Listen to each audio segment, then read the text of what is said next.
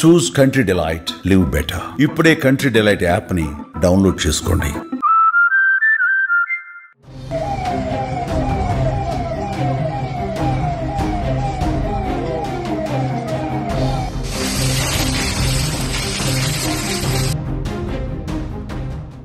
Breaking news. తిరుపతిలో భారీ అగ్ని ప్రమాదం సంభవించింది. దీంతో తిరుపతిలో ఉన్నటువంటి భక్తులు ఒక్కసారిగా భయాందోళనకు గురయ్యారు. శ్రీ గోవిందరాజస్వామి ఆలయ సమీపంలో ఒక్కసారిగా మంటలు చెలరేగాయి. ఆలయ సమీప గోపురం ముందున్నటువంటి షాపులకు కూడా ఈ మంటలు అంటుకున్నాయి.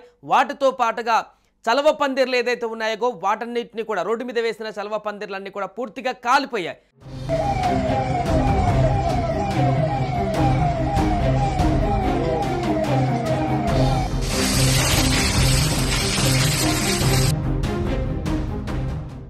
అవి క్రమంగా షాప్ మొత్తం విస్తరించడంతో అగ్నికిలలు భారీగా ఎగిసిపడ్డాయి.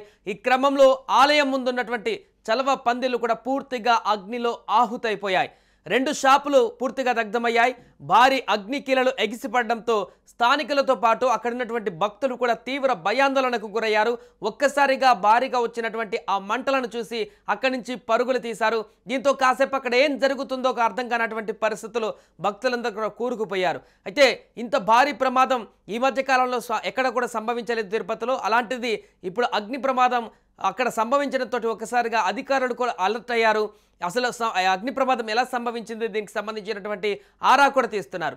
బుధవారం తెల్లవారుజామున అంటే మిడ్ నైట్ దాటినటువంటి తర్వాత ఈ ప్రమాదం జరగడంతో చలవ పందులు పూర్తిగా దగ్ధమయ్యాయి. ఇక ఈ ఘటనకు సంబంధించి ఇప్పటికే అక్కడికి చేరుకున్నటువంటి ఆ అగ్నిమాపక సిబ్బంది స్పాట్కి వచ్చేసి వెంటనే మంటలను అదుపు చేసేటువంటి ప్రయత్నం చేస్తారు. కొన్ని గంటల వ్యవధిలోనే పూర్తిగా ఈ యొక్క, ఎందుకంటే పక్కపక్కనే అన్ని షాప్స్ ఉంటాయి, చలవ పందిర్లు కూడా మంటలు అంటుకున్నాయి. దీంతో అది ఆ ఏరియా మొత్తం, గల్లీ వైపు మొత్తం కూడా మిగతా షాప్స్ అన్నిటికి కూడా విస్తరించి భారీ పెను అగ్ని ప్రమాదంగా మారేటువంటి అవకాశం ఉండడంతో అగ్నిమాపక సిబ్బంది తీవ్రంగా శ్రమించి గంటల వ్యవధిలోనే ఆ మంటలన్నింటినీ కూడా పూర్తిగా అదుపు చేయడంతో ప్రస్తుతం అక్కడ సాధారణ పరిస్థితి నెలకొంది. అయితే ఈలోపే షాపులో ఉన్నటువంటి సామాగ్రి, చలవ పందిర్లు పూర్తిగా, అక్కడ 2 షాపులు చలవ పందిర్లు పూర్తిగా కాలిపోయాయి. భక్తులు పెద్దగా లేకపోవడంతో ఆ సమయంలో మిడ్ నైట్ కాబట్టి పెద్ద ప్రాణ నష్టం కూడా పూర్తిగా తప్పిపోయింది.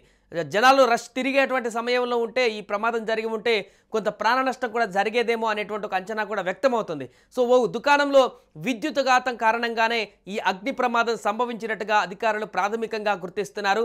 ఇక అగ్ని ప్రమాదం విద్యుత్ఘాతంతోనే, షార్ట్ సర్క్యూట్ కారణంగానే జరిగిందా లేకుంటే ఇంకేతర కారణాలున్నాయా అనే కోణంలో కూడా దర్యాప్తు అయితే కొనసాగిస్తున్నారు. ఇక ఈ భారీ అగ్ని ప్రమాదంతో ఆ షాప్ల యజమానులకు భారీ నష్టం వాటిల్లినట్టుగా తెలుస్తుంది.